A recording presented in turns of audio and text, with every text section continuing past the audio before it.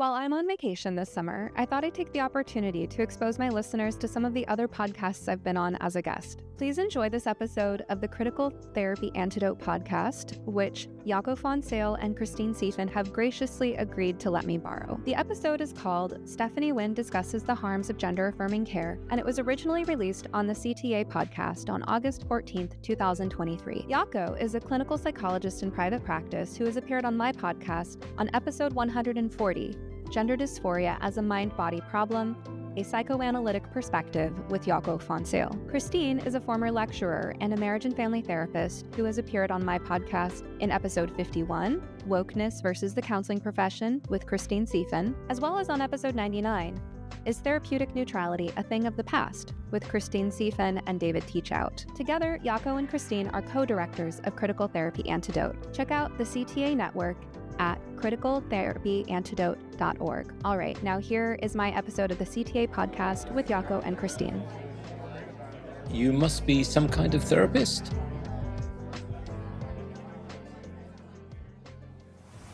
Welcome to the CTA podcast. Join us as we critically examine the ideological capture of the psychotherapy field. Here we discuss better, common humanity proposals for a fairer society. Our discussions are thought-provoking, and our guests are from diverse backgrounds, bringing unique perspectives to the table. This is the CTA podcast with your hosts, Jaco Fonseal and Christine Sefein. Welcome, everybody, to our next episode of the Critical Therapy Antidote podcast. And we're so excited to welcome Stephanie Wynn. And Stephanie, you've been such an amazing friend and ally, for lack of a better word, with CTA and what you're doing to really kind of shine the light, sound the alarm on what's happening in the profession. And also, you know, many of us have been on your show too. So this is really such a special treat to have you on today to talk a little bit about, you know, whatever kind of floats our boat. I think we're going to just roll with this in a really organic way. But just to give our listeners just a couple of quick things about you, and this is only just the tip of the iceberg of what you're doing, but you are Stephanie is a licensed marriage and family therapist. She also hosts a very successful podcast called You Must Be Some Kind of Therapist, and is an associate producer on a film that will be coming out to the public soon. It was called Affirmation Generation, and now it has changed as you have found a distributor, which is amazing. So now that is going to be called No Way Back, the reality of gender-affirming care. And it's good to have you. So glad to be here. Good to see you again, Christine. Nice to see you, Jaco. So back in February, we released an early access version to our to limited audiences of our supporters, especially parents who are concerned about their kids, therapists, medical professionals, and politicians. We really wanted to get the film out there. And that early access version has been well received by tens of thousands of people. And now we're so excited that we've been picked up by a global distribution firm that will help people be able to stream our film online around the world. We'll also have DVDs and limited showings in theaters on AMC theaters on June 21st. So people who've already been familiar with the film know it under the name Affirmation Generation, but with this bigger shift, we have a new name, so that's No Way Back, the reality of gender-affirming care. And this film, of course, my opinion is biased, but I do think it is the best film to cover the gender crisis to date.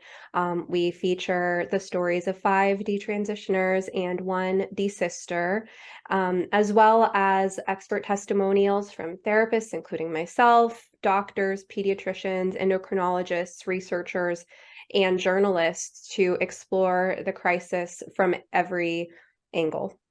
Can I ask you a question? And I don't know if our listeners will know this. I know I don't know it, so I'd love to have you explain just for a minute what the difference is between a detransitioner and a desister. Oh, yeah, absolutely. So the difference is whether there was any medicalization. Now, not everybody who's been down either of these paths will necessarily use that term to describe themselves. For instance, there's someone who's a D-sister in my local community here in Portland who's involved in the radical feminist group, and she prefers to call herself a re-identified woman rather than a D-sister. But a D-sister in general terms means somebody who had either been given a diagnosis of gender dysphoria or self-diagnosed or called themselves trans, and maybe they were thinking about going down a path of medicalization, but then changed their mind and re-identified with their sex. Whereas a detransitioner is someone who pursued any degree of medicalization, whether that be puberty blockers, cross-sex hormones, radical double mastectomy, for females, or breast implants for males, or all the horrific experiments that fall under the title bottom surgery. Right. It is interesting that you call it experiments. If we listen to mainstream media, and if we listen to the popular and the current trend around us, it sounds like it is such a smooth journey into transitioning. When people promote transitioning, especially among children, they say, for instance, Jaco, for instance, says that transgenderism in children, so he considers children able to be transgender, to start off with, not gender dysphoric, but transgender. He says that transgenderism in children is not a psychiatric question or a psychiatric condition. It is an endocrinological condition. Oh, wow. What do you think of that? Wow. Yeah. That's quite a stretch. And I don't think I mean, I know Jack Turbin says a lot of nonsense, but that's a new one to my ears. So I always appreciate too, actually, Jaco. So thank you for bringing that up, because that's also new to me. And it's one of these sort of classic cases of narcissistic reversal that we see in the culture at large, where people are twisting things around to mean their opposite, right? You take children who the majority of the time, thank goodness, are born healthy and who have a chance at a healthy life if given the right support. And then you induce a psychiatric illness, which is the idea of gender dysphoria, the idea that they're born in the wrong body. You introduce that through the culture. And then you say that it's an endocrinological condition. So this is classic, malingering, Munchausen's.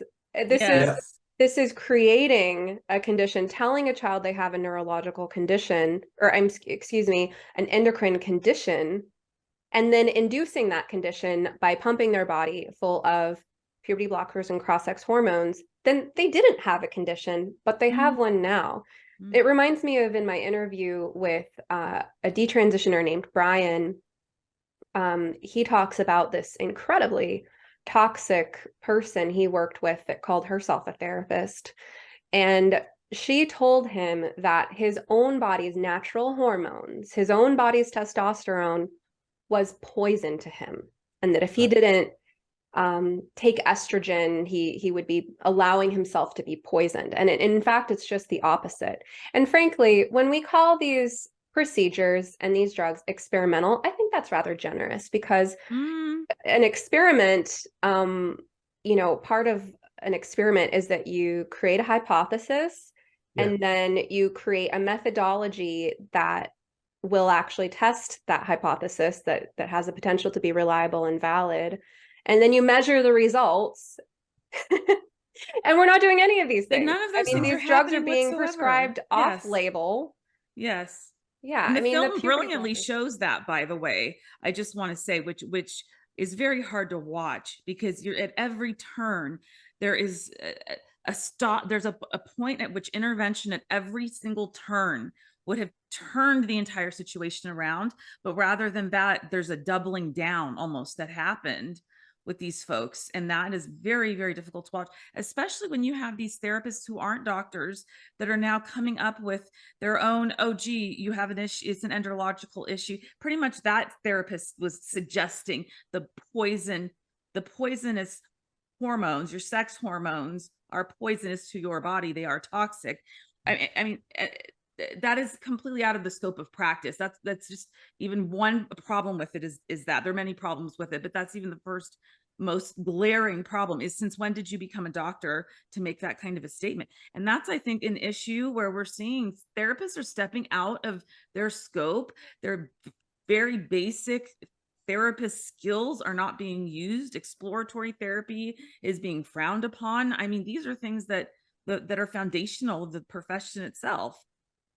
It's really astonishing that so many people have the gall to step so far outside of their scope of practice. Like, I'm not sure if the two of you had a chance to catch up on the recent article that came out in the Telegraph about Susie Green, and that Susie Green, former, I don't know, CEO or president or whatever of Mermaids in the UK, had initially Mermaids withheld any documents until they were under legal pressure, and then they turned out 300 pages of emails between Susie Green, who's not a medical professional, she's an activist, and someone in a position of power at the NHS Tavistock.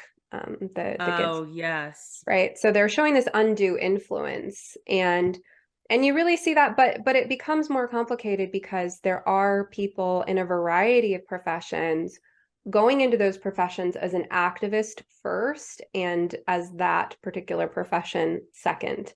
And I've seen cases of this where it's trans rights activists going into homeless shelters so that when youth run away from home because their parents are quote unquote transphobic, that they have someone at the homeless shelter who will usher them along what they see as the correct path. We have that in the counseling field.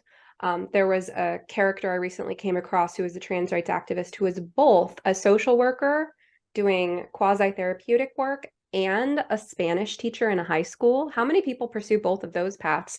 But it's because this person was an activist first and saw it as their duty to both position themselves in a place to provide so-called gender-affirming care and to be present in the high schools and turn Spanish class into an opportunity to monitor what kind of pronouns people were using for themselves so that they could identify the vulnerable children to target. It's astonishing. The certainty, the firm conviction that what they're doing is absolutely normal, is absolutely correct. They almost boss it over biology. I've heard some refer to puberty as the problem of puberty, or going through the wrong kind of puberty. So when I work with gender dysphoric children or with distressed children, one of the things that they ask is, what would be the right kind of puberty for this child? What a question. If the puberty is biologically aligned, and there might be some gender dysphoria or there might be sexual orientation issues, then they ask this question, and they want them to steer this child into a direction of puberty with what we know: puberty blockers, cross-sex hormones, social transitioning along with it, and then eventually surgical interventions. And it reminds me of Hannah Barnes's book, Time to Think. It was stunning to see that Hilary Kaz saw the danger for what it was when she said that puberty blocking or puberty blockade is not actually used as a time to think. But what it appears to her to be the case instead is that it is the first step towards full transitioning. And she was courageous enough to take a stand and to include that in her preliminary report on the Tavistock. I'm sure you're also aware of that. Absolutely. I haven't had a chance to read Time to Think yet, but and our film highlights that upwards of 95% of children who go on puberty blockers go on to cross-sex hormones. It's not a standalone intervention.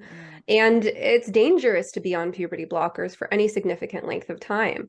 The risk of brain swelling that can create potential blindness. Girls' spines aren't fusing properly. Kids are ending up with osteoporosis at age 15 because of puberty blockers, disrupting the body-mind process of puberty, which you can't just separate out the sexualized part of puberty. And it's showing an investment, asking for a name change is showing a social investment. It's digging yourself down a certain path. And the moment you take puberty blockers, you're sending yourself a signal that this is indeed a condition that needs medicalization.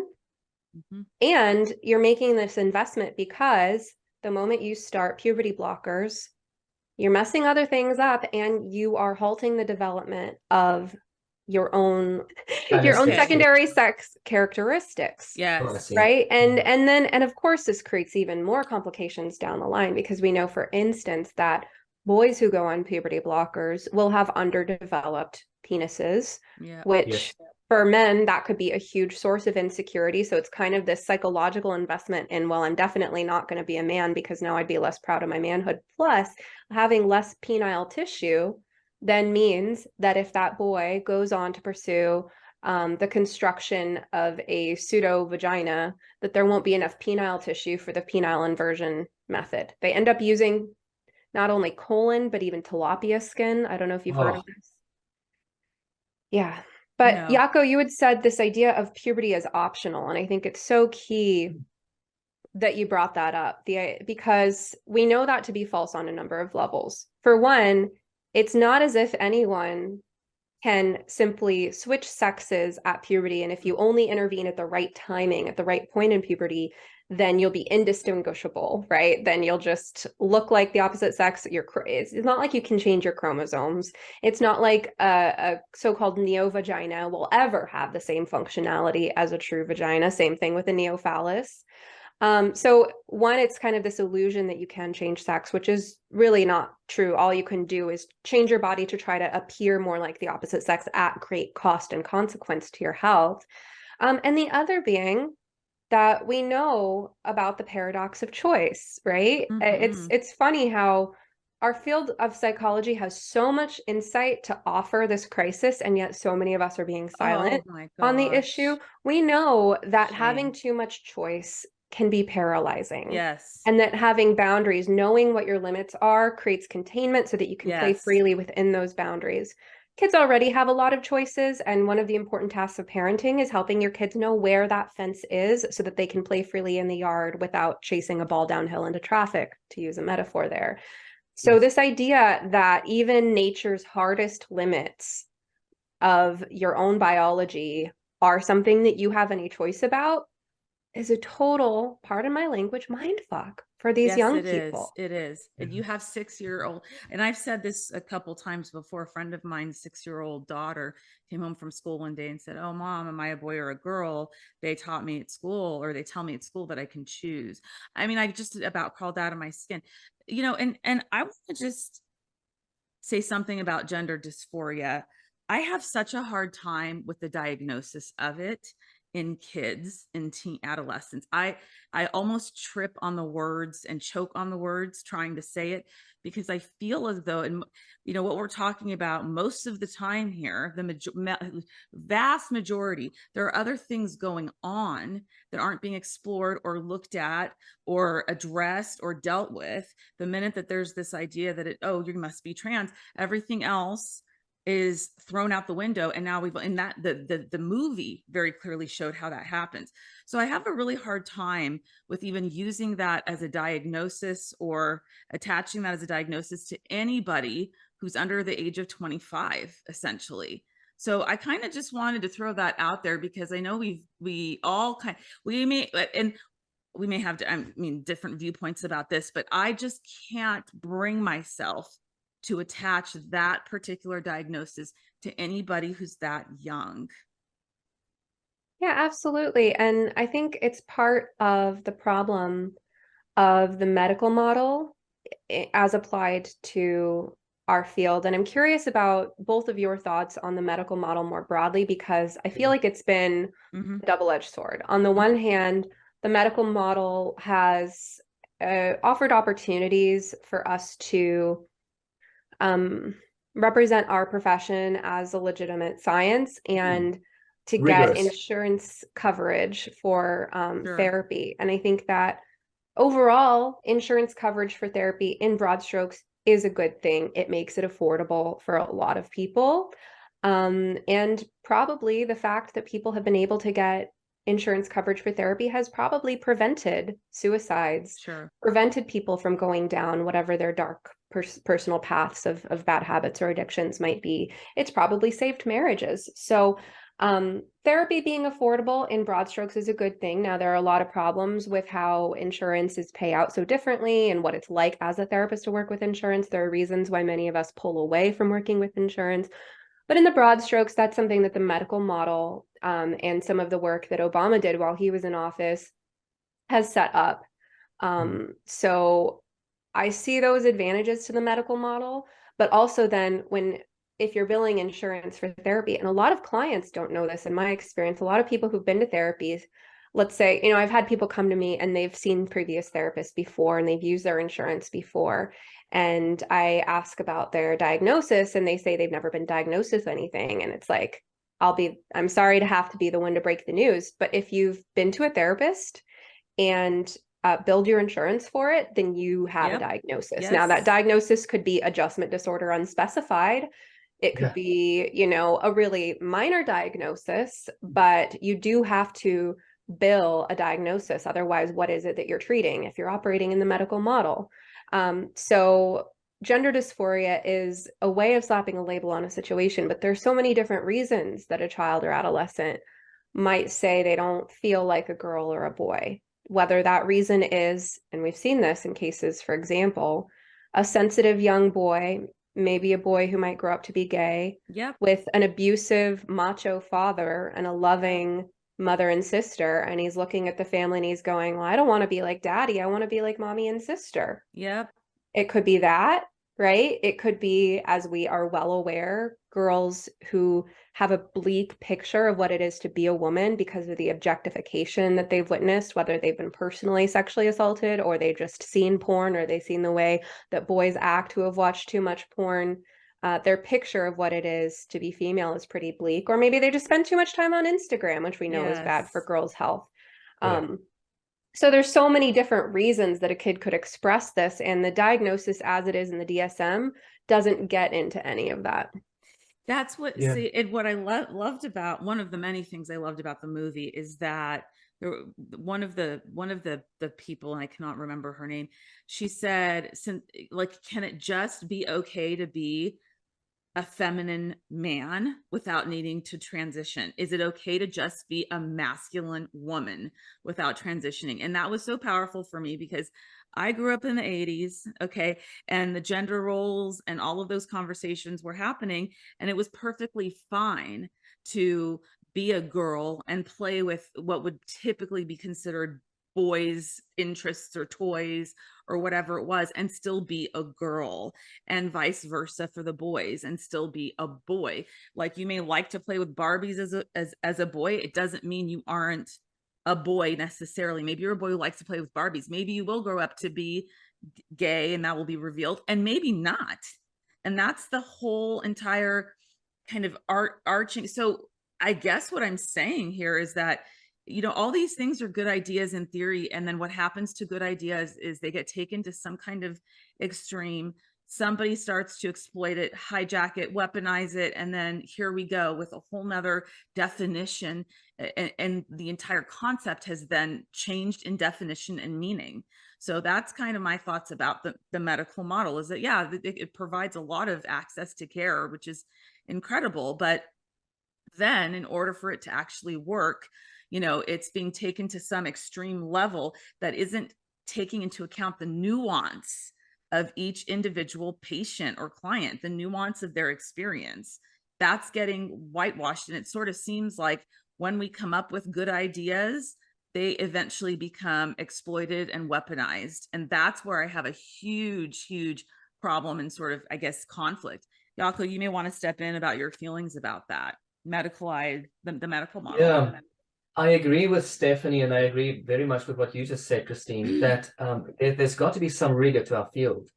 Otherwise we get, this phenomenon, and we sometimes do get it with some therapists who just thumb suck a diagnosis, or they just have a certain counter-transference towards someone, and then there goes the diagnosis. So it adds rigor. I get that. In terms of patient intrapsychic structure, I think there's got to be something said about diagnosis as well. To some patients or clients, diagnosis is an explanation. it points to something bigger. It is the first step towards exploring a wider map. It creates a rough outline of a map, and that is nice.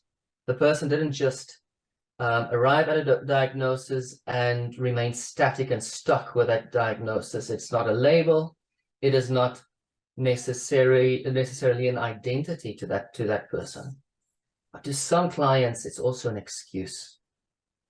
To some clients, it is also something that does become their identity, and there's no more exploration. There's no more digging and trying to understand the self and how, our background music plays into our internal structure. And that is where this problem could creep in. And I think the current expectations by the dominant narrative and by politicians and activists just facilitate this. Now you have a static identity. The map that is laid out is a medical map. It is medicalization, and there is enormous social privilege that you get. Yes, through the transitioning. secondary gains, right? That's a secondary gain that we also want to go into. What do I you really think? appreciate you bringing all of that up. I have so many comments, and what I want to start with is I've noticed when you talk about the excuse, of course, there's that secondary gain, and there's the more personality disordered behavior and habits that we see. But also, to be fair, there are a lot of young people who are just not provided with accurate information about what a diagnosis means. So tell me if you've seen this before, because I've seen it too many times to count. And if any current or former patients of mine happen to watch this video and you think this is about you, this is an amalgamation of cases, because this is a composite, because I see this a lot. This is not about any one individual. Young woman in her early to mid 20s who had a little bit of a rough time in adolescence. Could be her dog died, her favorite cousin moved away, her parents divorced, whatever, combined with normal ups and downs of puberty. She went through a time of feeling a little depressed, or she just had painful periods, or even acne, and a doctor put her on birth control at age 13. This will cure your painful periods, or it'll make them more predictable, or it'll help clear your skin up, right? And then from there, she just becomes moodier and more anxious and more depressed and more insecure, gets into some really bad habits. A year or two later, she's put on an SSRI. She's told you have depression and anxiety. 10 years pass. She's given ordinary med management, maybe some therapy. Nobody ever talks to her about a few important key factors. One is the role of hormones on mental health and the impact that having any kind of unmanaged hormone imbalance, or the impact of birth control itself, can have on your mood as a female. Nobody ever talks to her about that. Nobody ever looks at diet and lifestyle factors, how much sleep she's getting, how hydrated she is. Okay, and nobody connects the dots between the hormone issue and the SSRI. And nobody tells her, and this is the most important thing I just want to get to, that depression and anxiety are not lifelong diagnoses. Now, how should she know that? We know that because we have the DSM. And if we look at major depressive disorder, how long do you have to be depressed to qualify? 2 measly weeks. Right. That's 2 it. weeks. That's it. That's nothing. Generalized anxiety disorder, okay, 6 months. Yeah. But there's nothing in either of those that says you have it at 13, you're going to have it for life. Okay, but a girl is told you have depression and anxiety because she's going through normal puberty, because she's having a bad reaction in hormonal birth control and nobody notices, because of whatever. And she just thinks that she has depression and anxiety the same way she might think she had diabetes if she was giving that diagnosis. Yes. Like this is some kind of genetic problem. And of course, to make matters more complicated, there is a genetic component. So it's like, oh yeah, well, my mom's been on Lexapro for 20 years too. So that makes sense. Yes. Okay, but and so these girls come to me when they're 20, 25, And I'm the first person to ever tell them, did you know that in order to meet criteria for a diagnosis of major depressive disorder, you only had to have been depressed for 2 weeks? Now, of course, there's recurrent and there's persistent, and we know Sure. there's, but Yeah. it's like this is not this is not a life sentence. Yes. So I personally think it's irresponsible of any therapist or psychiatrist, especially if you're in a position to prescribe, to Yeah. not talk to your patients about the temporal nature of these things and what could be creating them and what could maybe help you get out of them. The idea that I just need to go to therapy every week for the rest of my life and take this pill or take these 3 pills. Yeah. And I just think, the good old biopsychosocial model, to just see the Yes. person as a unique individual, but also an individual not only psychologically or biologically unique, but also someone in relation to themselves, relation to their family, relation to the world around them. Just a simple application of very basic psychological principles. I get that. Yeah. And I just think the ultimate result of this is thought termination. There are so many strategies, activists, politicians, like I said, so many people involved in this field employ to get people to stop thinking. They medicalize, you stop thinking. They catastrophize certain outcomes, such as if you don't transition, you're going to commit suicide. There's the thought termination. I have these terms, I wrote some of them down. When someone disagrees with you, they don't just say, this person disagrees with me. The narrative says, this person hates me. It's a hater. When someone says, caution, take it slow, how about we explore? They call it gatekeeping. When someone criticizes a certain trend, it's not just criticism, it is attack. You're attacking me again. The definition of definitions the of the words change, which then ends up becoming, a bigger issue, and it's an exploitative. So why do those definitions change? Who's in charge of that?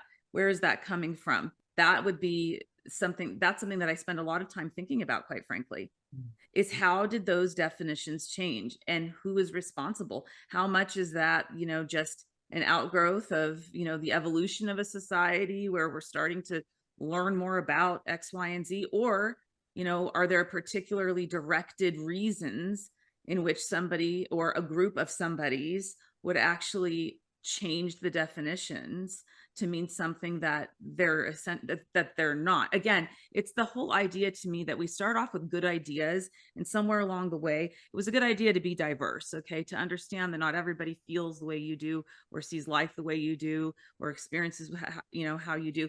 But we have seen how that has been taken, right, and it has, in the definition of diversity and what it means to be inclusive, has changed such that it is actually completely the opposite of everything it was supposed to be about.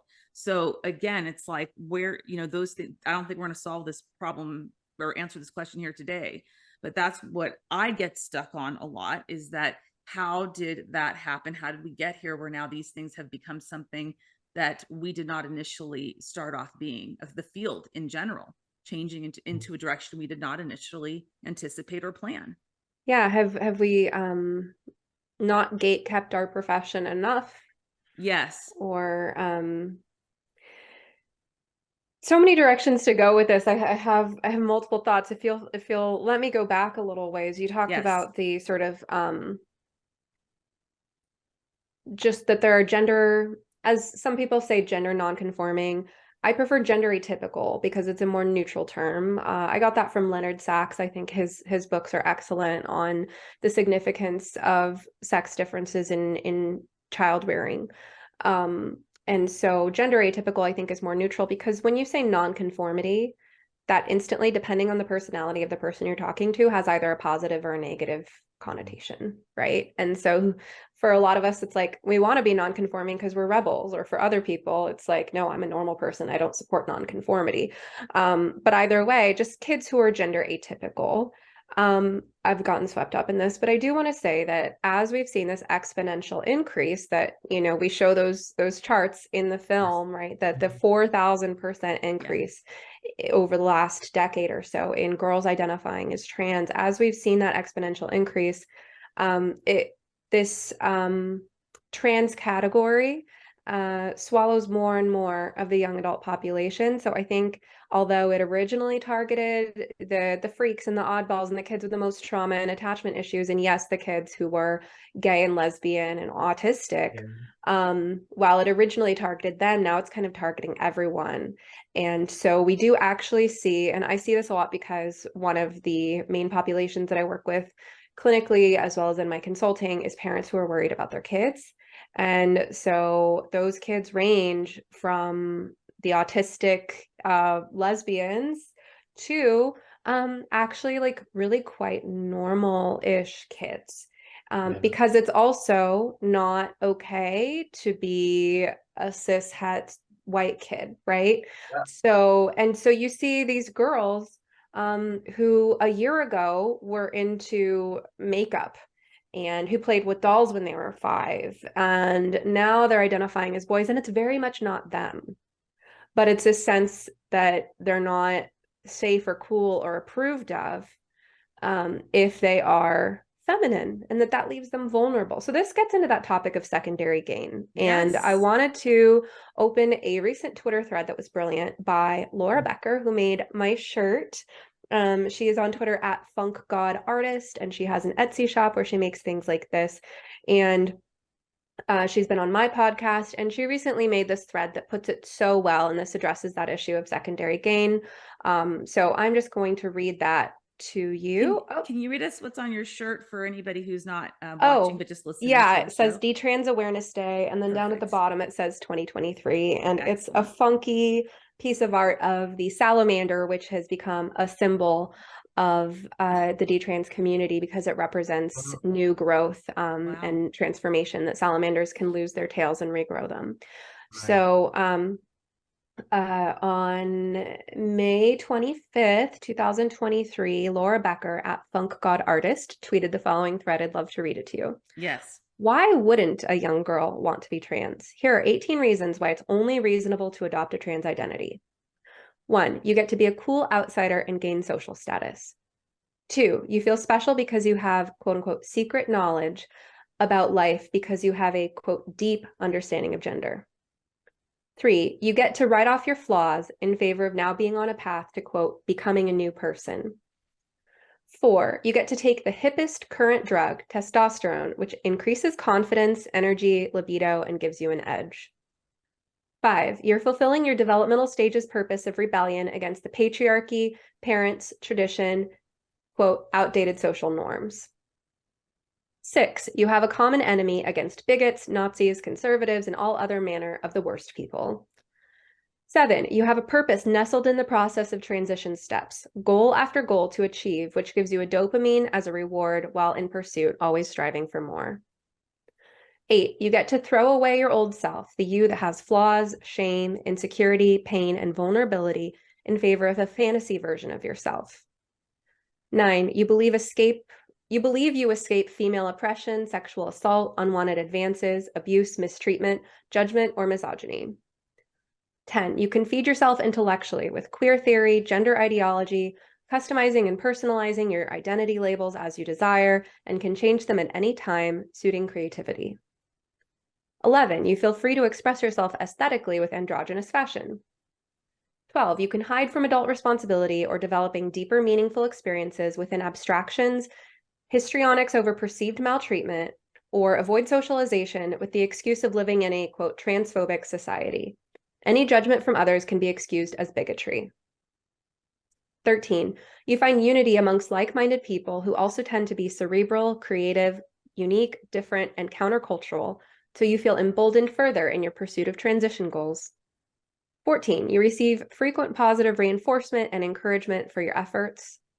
15, you feel a sense of accomplishment, pride, and even superiority over others because of reaching your continuous transition goals, and even for being, quote, enlightened enough to conclude being trans to begin with, a way to feel competence and fight shame or insecurity. 16, you can not only customize your identity, flags, pronouns, and fashion, but also your body through extreme body modification rituals like surgeries, which give a sense of creativity and control over your situation in life, similar to dyeing your hair after a breakup. 17, you feel accepted, seen, heard, and valued because of the vast commercialization of trans inclusion, including in media representation and goods available for purchase. It feels like the world is finally giving you your moment of glory and celebrating your unique self. 18, you can feel like you are maturing, growing, healing, or becoming an adult through transition steps or, quote, understanding deeply, while you may then feel self-allowance to neglect maturing in other ways, or actually growing up, healing, or evolving through life in new ways. Yeah. Boom. Brilliant. Brilliant. Yeah. Every point of that is brilliant. And if we talk about secondary gains, as you mentioned, Stephanie, that exactly lays out what all of those gains look like. That's a lot. Yeah. Have you noticed that among some of these communities, the TikTok communities, the Tumblr communities, how they fling around psychobabble? Mm-hmm. See, for us to understand psychology, you first need to understand that there are certain principles of reality, and that you need to measure what you encounter against those principles of reality. And I found that many of some of these kids, they're very creative, but some of them are really have a hard time dealing with the reality principle, dealing with limits and boundaries and the no of life. In psychoanalysis, the no of the father. And then they start going onto imaginary trips, and they have, one psychoanalyst calls it psychic retreats. And I get the sense that I can modify anything in my mind, and whatever I modify in my mind, I can also modify in reality. Mm-hmm. And that is the same discourse they employ when they have these discussions around psychobabble. Then there's this, then it's that diagnosis. What bothers me the most about all of this is that where are the adults in the room, and why are they not stepping forward, and why are they also becoming captured by some of this? Because a lot of this too with the parents, and this came up in the movie, which I was really glad you addressed, is the suicide factor, right? So the parents are also being sort of held, by a noose in a way, no pun intended there. But if you don't do this, your child is going to attempt suicide, your child's going to kill themselves. This whole idea. So then we're bending to the will, right, of this reality that's not reality, as Jaco, as you're saying. There's no reality at all about it. It's imaginary. It's not living in the kind of tactical, tangible world we have to live. Right. So now they're getting swept up and the kids are in control. And we know from basic psychology that when you have structures where you don't have kind of the adults that are, the adults in the room that are the ones that are in charge of making bigger decisions, then, you create this dynamic where kids are not, they have no sense of containment, of boundaries, of limits. They feel unsafe. They tend to suffer from depression and anxiety and all of these other issues. So the adults that are watching this and responsible for taking care of these kids, whether it's parents or whether it's the mental health profession, are failing them. I mean, it's just the best way I can say it. They're just failing them. I'm not saying that it is a purposeful, malintended failure on their part, but what I'm saying is this is not a thought through response that people are having to all of this. If we then go and look at, follow the money and look at the secondary gains on that level, that's a whole nother topic, a whole nother podcast. And there are reasons in which, and that was also talked about in the movie, is the business of transitioning, the dollars, right? The political component, right? So those pieces were in there, and that's great, but that's another, whole show. I'm just even talking about the day in and day out adults that are around these kids. They're failing them. Mm-hmm. Well, and we know as therapists, and this must be part of what frustrates the two of you and many members of the CTA community, right? We know how to actually assess suicide risk. Doesn't mean we get it right 100% of the time. Yes. No, there are people who fall through the cracks. There are people whose therapists thought they were safe and they ended up attempting or completing a suicide, and every case is tragic. But we are generally trained in how to assess the level of severity of the threat, the level of care that's warranted. And wouldn't you both agree that if you were working with a family with a teenager that was threatening suicide, you would have very detailed, nuanced customized Yes. conversations with that family, and you would make sure that the parents knew how to keep the kid safe at home until it wasn't time to be at home anymore. You also know what criteria the hospital should keep the kid under and what criteria the hospital should discharge Yes. the child under. And I've seen a lot of really alarming situations since the gender stuff came on the scene, where hospitals are keeping kids much longer when they've only had passive suicidal ideation with no plan, means, or intent, and they turn the whole thing into an opportunity to back the parents into a corner, triangulate the kids, give the kids way too much power, do this all in front of the kids, making the whole thing about making sure that when the kid goes home, their parents will be affirming their gender identity without assessing the actual situation that drove the kid. Now, when you talk about the psychobabble trends, that was such a good point, Jaco, that you raised earlier about the psychobabble, because I actually want to know how this has landed with the two of you. And Christine, you've been in practice longer than I have. I've been in the field 10 years.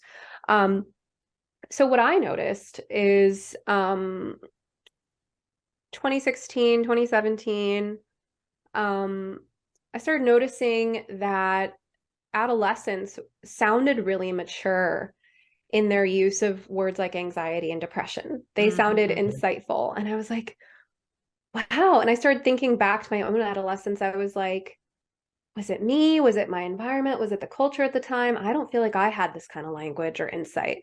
And so at first I was kind of thinking, wow, kids, they're so mature. I don't know if is it this kid or is it the culture? And then I started to realize they're not that mature. They are in a different culture than I grew up in, where they're hearing these terms a lot and they're applying them with the same level of maturity that, you know, any 14-year-old applies a label that they hear in the culture to themselves.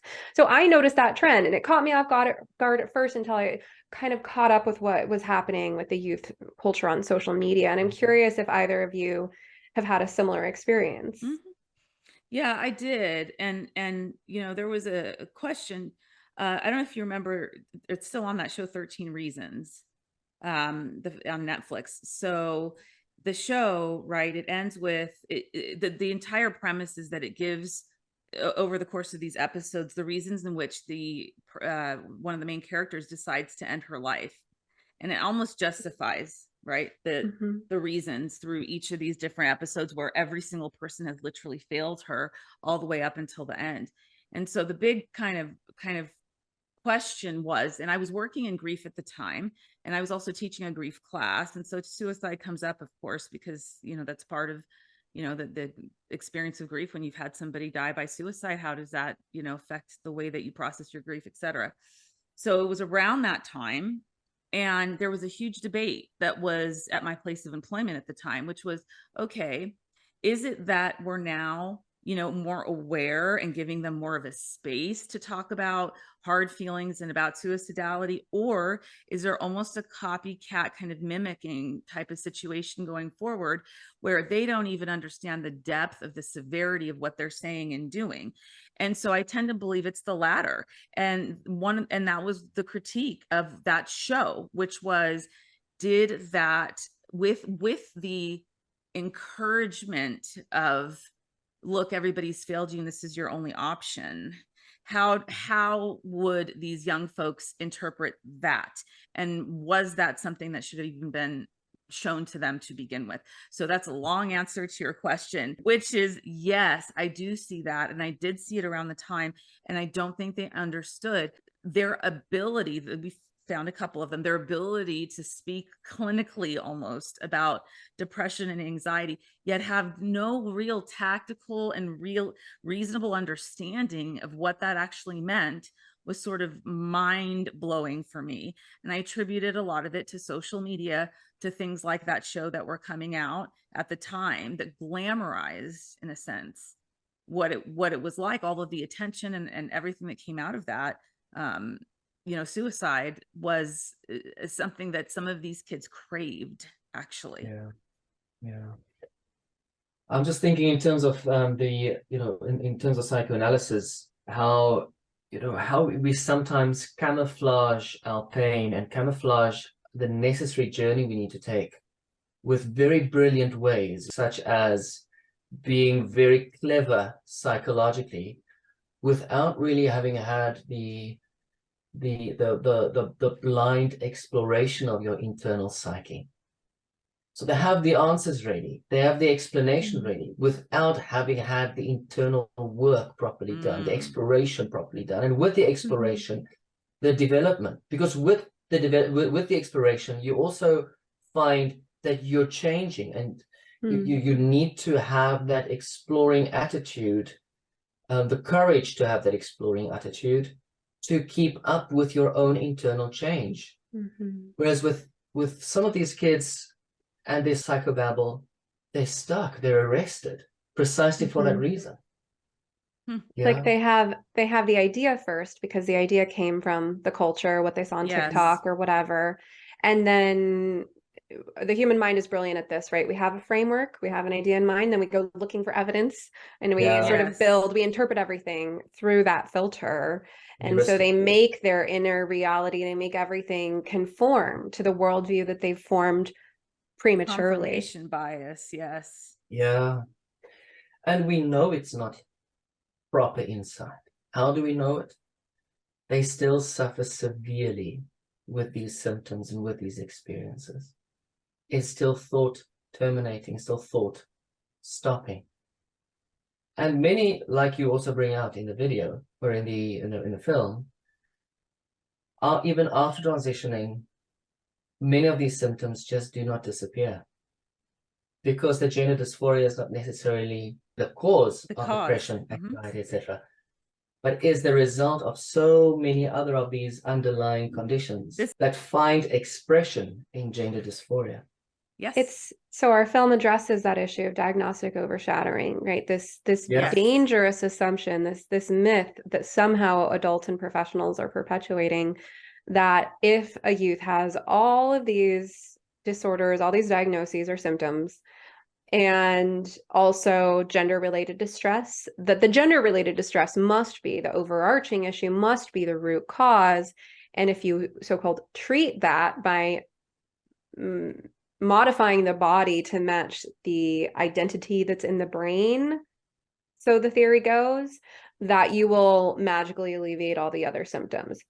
But of course, we know that's not how it works, because we understand how the brain develops and how the brain changes. And if you're spending all of your time reinforcing the neural pathways associated with depression and anxiety, rumination, avoidance, external locus of control, if you're constantly reinforcing that, and the idea that you can't be happy, you can't be comfortable in your body, you can't go out and do things, you can't have relationships because you're not transed enough yet, right? Then you're just perpetuating, you're just building those neural pathways of rumination, avoidance, fear, self-loathing, self-obsession, self-consciousness. And then you do the thing that you thought would have an impact, and maybe you get some placebo effect, maybe because you had in mind that you were going to get this benefit, then you have that temporary so-called euphoria. Or if you're taking cross-sex hormones, there is, because they are mind-altering substances, yes, there is a real sort of euphoria that can come from that, especially females who are really insecure. You know, testosterone has an antidepressant effect. But it's such a dangerous assumption to make, right? When someone has a lot going on psychologically and they're not well, the idea that you can jump to the most invasive and permanent and physical of the options available and mess with their endocrine system, which we know has a huge impact on mood, and then that's going to make everything else go away. There's no evidence base for that.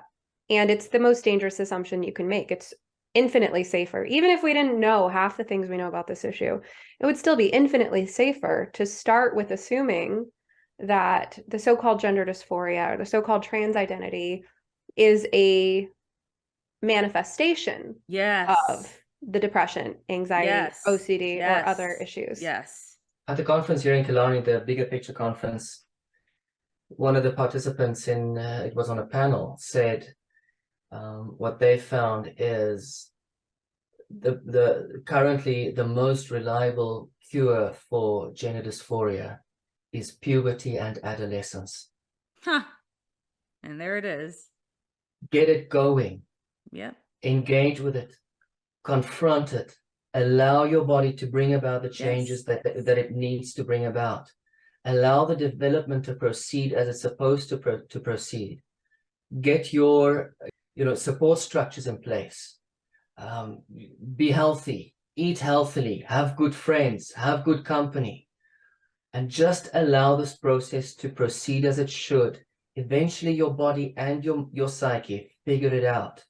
Yes. That is the best and most reliable cure for gender dysphoria. Yes. I think it was a deep transition who said that.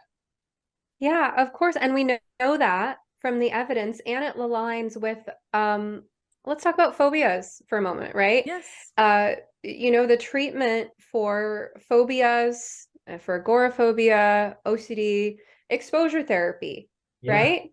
And it's like that same principle applies. When you make something so big in your mind, you build this mental wall around something, and you make it a lot scarier just through your mental habits than it really is. The solution to that is to demystify it by, as you said, confronting it, living to tell the tale, which I will also say is how I relate to every therapist's worst fear, which is getting in trouble with your licensing board. I live to tell the tale. I think more therapists should take that risk. And I want to talk about risk in general, because American culture is so risk averse. Jaco, I don't know about you, where you are. You said you're in Ireland? Yes, originally from South Africa. Oh, okay. The situation is a bit different in South Africa. We're forced to take risks. But I feel like part of how we got here is that young adults don't have a healthy relationship with risk. And when you talk about the solution being to go through puberty, part of going through puberty is having a fascination with how far you can push your limits, how far you can push your parents' rules, how much trouble you're going to get in for breaking them, how well you can lie. Okay. Also the fascination with substances, right? You reach a certain age and you become very curious. Now, some of it's, of course, peer influence, but some of it, I do think there is this natural curiosity because new brain capacities are developing every day that you go through adolescence. You're becoming a different person and you start becoming interested in altered states. Maybe you start having your first sips of coffee or your first sips of alcohol or your first puff of a cigarette. You become very curious about mind-altering substances. And a lot of self-harm is non-suicidal, but when kids do like partial overdoses, when they take non-lethal quantities of things, it's really just kind of like, I want to experience the different things that are possible for my brain, for my states of consciousness. So there's all of that. And then there's interaction with things that spark adrenaline. So I think the kind of risk aversion of American culture creates a lot of trouble for kids because they don't grow up testing those limits. Like, for example, my stepkids are very physically active and they like to climb on things. They like to set up zip lines. They do rock climbing. They do things like that. And I remember we took them to a ropes course and they were literally running circles around other kids their age. And I remember seeing, in comparison to boys their own age, our kids were just confidently navigating all of these physical obstacles. And these other boys look so uncertain in their bodies and so afraid. And I mean, I'm seeing this boy calling out to his mom, "Mom, I'm so afraid." And he's like 4 feet off the ground. He's going to be fine, you know?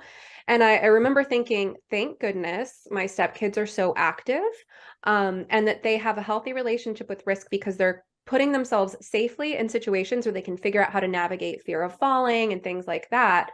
When I look at that other kid, I think here's somebody who probably spends too much time playing video games. And video games give your brain the illusion that you've learned how to navigate situations like that. But if your body hasn't developed a muscle memory for how to learn these things, then you're behind. And so I think a lot of today's kids are like that kid at the ropes course, where they're spending a lot of time on screens, whether that be video games, social media, TikTok, whatever it might be. And they have the illusion that they understand the world, that they're competent in it, that they know how things work. And they have a lot of these really heady concepts, but their bodies haven't caught up. And so that creates a deep underlying anxiety because they know so much about the world, but they don't know how to solve problems as they come up. They don't trust their bodies to navigate those situations, and they don't have a real grounded in their body's situation, sense of proper risk.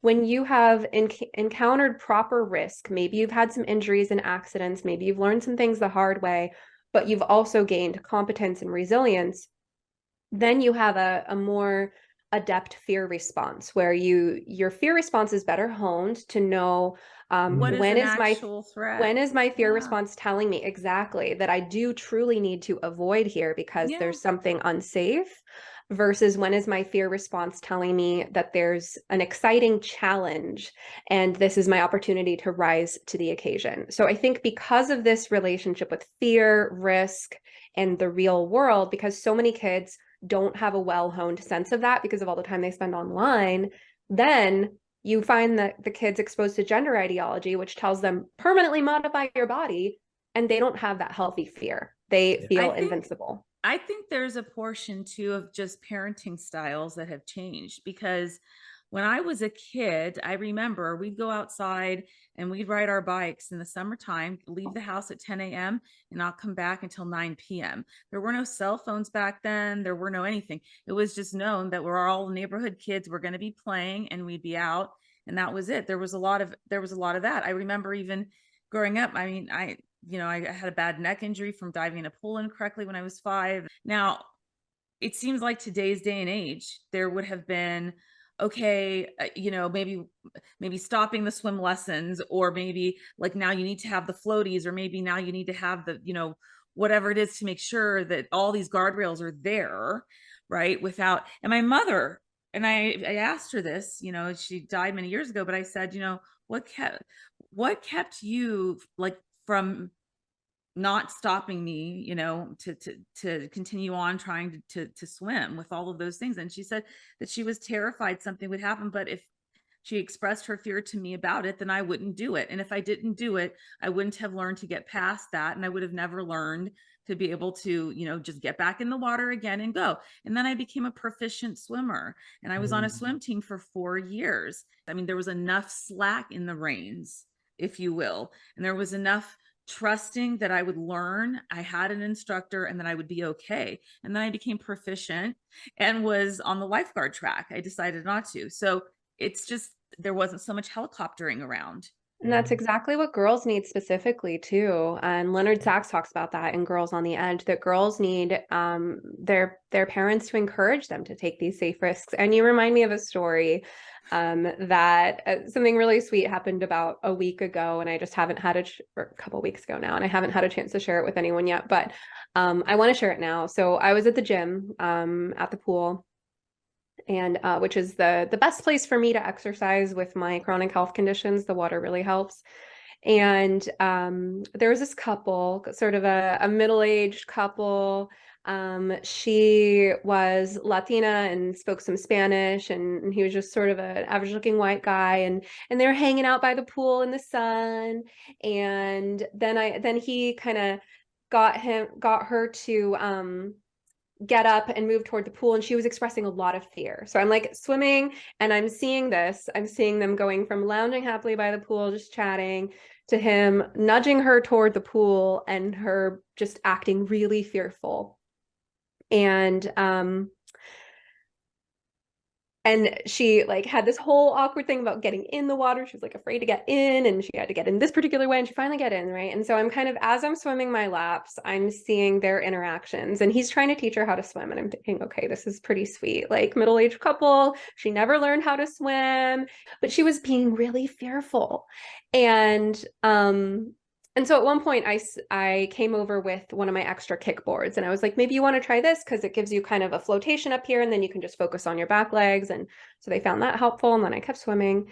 And then at some point I was just like, I felt like they were open to me, and I really wanted to offer something. And I was thinking about how my fiance also never had swimming lessons growing up. And so we've had some moments in the pool where it occurred to me from watching him that before learning any techniques, what he needed to practice, and he kind of figured this out on his own, was simply putting his head underwater and exhaling, practicing that, right? Because when you think about all the movements involved in swimming, it's many things, but it's the breathing and the movement together. So just starting with the breathing. That is right. So I came over to her, and I was like, my fiance also never learned to swim growing up. And I think maybe there's a fear. Maybe part of what's causing your fear is unconsciously you fear that you're going to drown. So here, let's just practice breathing underwater. And I did it with her and I mirrored her. Wow. And so I just sort of gestured. I was like, inhale. And she looked at me and she had her goggles on. We both had our goggles on. And then I say, okay. And we both went underwater and we were looking at each other the whole time, just exhaling. Awesome. And we practiced that a few times. And that was what she needed. She just needed to know that she could put her head underwater and control her breathing and just exhale and know when it was time to come back up and inhale. That was what she needed to learn how to trust her body to do. Trust her body. And she needed someone to do that with her. And it was just after that, after we just took a couple breaths together, because her husband was, or boyfriend or whatever, he was way ahead of her. He was trying to show her all these strokes but she was just needing to get comfortable. Yes. And it was funny after that, as I kept swimming, she just looked so much more relaxed. She was just hanging out in the water, just chatting, laughing. And she was so cute. She called me hermana. She called me sister in Spanish. And then later she called me mama. And she just kept thanking me like in a mixture of Spanish and English. It was so cute. And I think there's so many people who just need the equivalent of that in their life. They just need to put their head underwater. Yes. That embodied experience. Such a great analogy. That real life, gradual exposure experience to calibrate the risk. Because imagine suffering is sometimes worse than actual suffering. Yes. Once you start engaging the risk in small steps incrementally, you start modifying your perception of that risk too. And eventually you're proficient, like what you said. And I think it is the same. It is pretty much the same with the gender dysphoria. And that is why before the ideologues came to sabotage and to force everybody into just one direction, a direction that is not tested, a direction that's purely ideological. It's not, this affirmative model. It wasn't something that that they experimented on or that came from actual material, and then based on evidence, now we apply the affirmative model. It was purely ideological, whereas the exploratory model is the one that is based in reality and in decades of research. And that is why with the exploratory model, upwards of 80% of kids find their way to have a congruent gender identity, if you want to say that, so have integrated the reality into their imaginary, as opposed to imposing their imaginary onto the reality. And exploration, it's not magic, it's not witchcraft. There's nothing really special to it. It's normal therapy, right? What we call gender exploratory therapy is really just treating this issue the same way we would treat anything else. Exactly. All the other issues, there's nothing different. What's really exceptional is this whole new standard of care that came from activists taking over our institutions that says that with this one condition, you must jump to the most invasive lifelong medical treatments and to getting everyone else in the world to recondition themselves to see and treat the person this way. That's not how we treat anything else. If there's one thing that you would, or message you'd like to send to parents who are terrified? That's what everyone asks me at the end of every interview. So you probably, I am sure. I was like, oh, it's coming. Yes, because I'm not a parent, but I can imagine. I mean, I can only imagine, I guess, what it would be like to have this, just be terrified that my child's therapist or teacher or whomever is telling me, and my child, that they're going to kill themselves if I don't affirm something that I don't believe in. And so I mean that the terror of that as a parent, I can imagine must just be so overwhelming. So I guess, that would be kind of a question I would want to ask to you. Yeah.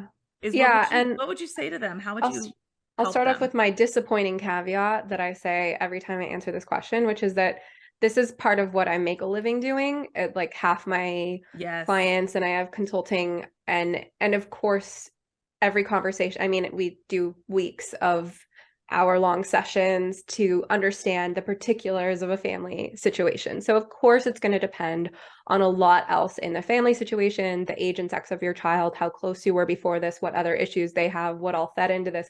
Of course, there's a lot of other factors to consider, but my general advice is buckle your seatbelts because you're in for a wild ride.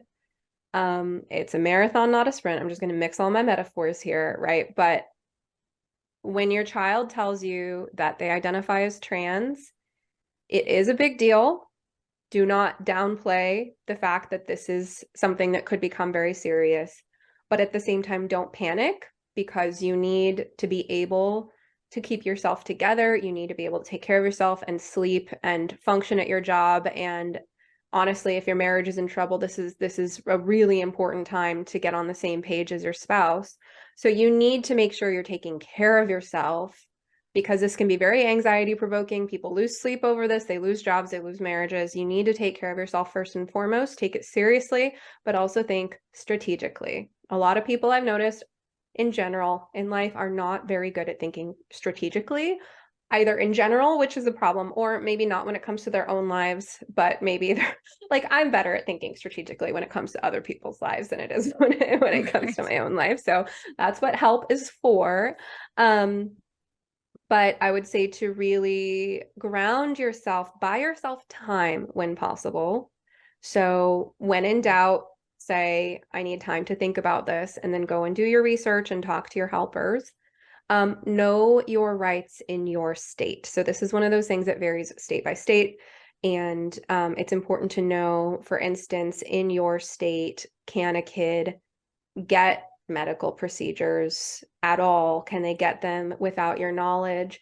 And what are the regulations in your school district? Yes. So there are some school districts that have a policy of transing kids behind their parents' backs.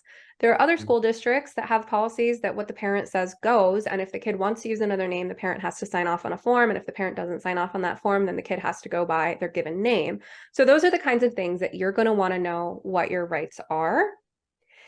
And whenever you are advocating for your rights with the school, let's say, knowing what ground you have to stand on, and being a little strategic means putting the other on the defensive. Are you aware that you are administering a psychosocial intervention on my child that can lead to medical consequences? What license do you have? What training do you have to be doing this to my child? Are you aware that reinforcing my child's so-called gender identity is likely to increase the persistence of the medical condition called gender dysphoria and increase the likelihood that, so there's times to put the other party on the defensive. There's times to know your allies. I know earlier, before we started recording, you mentioned Maria Keffler's book, so that's a great resource, Desist, Detrans, Detox, Getting Your Child Out of the Gender Cult.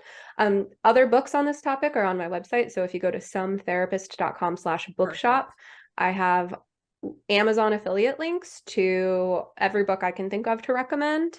And if you buy one of those books, I'll get like 30 cents. So, every And where dime. can people find your podcast, Stephanie? Oh yeah. So that's also at sometherapist.com. It's You Must Be Some Kind of Therapist can be found wherever podcasts can be found. So Apple, Spotify, Google, YouTube. And tell us again the name of the film.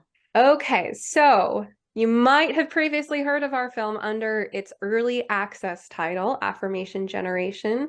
Now that we've partnered with a global distribution firm, our title is going to be No Way Back, The Reality of Gender-Affirming Care. And I even have a new website URL, which is nowaybackfilm.com. So that's nowaybackfilm.com. However, we are keeping our social media handles that we've built up followings under that are associated with the old name. So on Instagram, our handle is still Affirmation Generation. On Twitter, our handle is still 2022 Affirmation. And then I am at Some Therapist on both of those platforms. I was very young when someone once told me, when you're at a party, go home while you still want to stay. Yeah. Yes. So make your podcast while you still want to chat.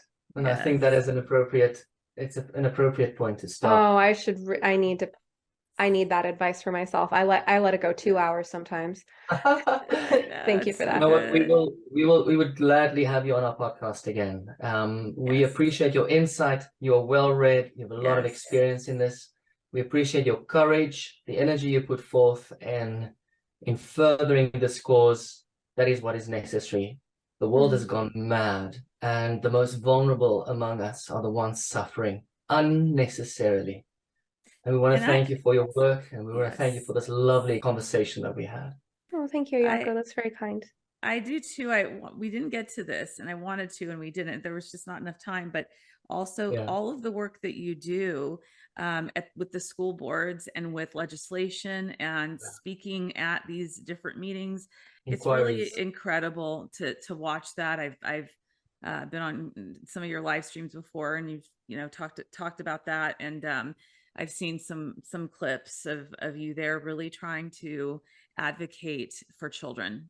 And it's not easy to do, and you're not always in an audience that's very welcoming to you. And so I just want to commend you for that. Yeah. And hope maybe the next time around we can get a little bit more into some of that work that you're doing.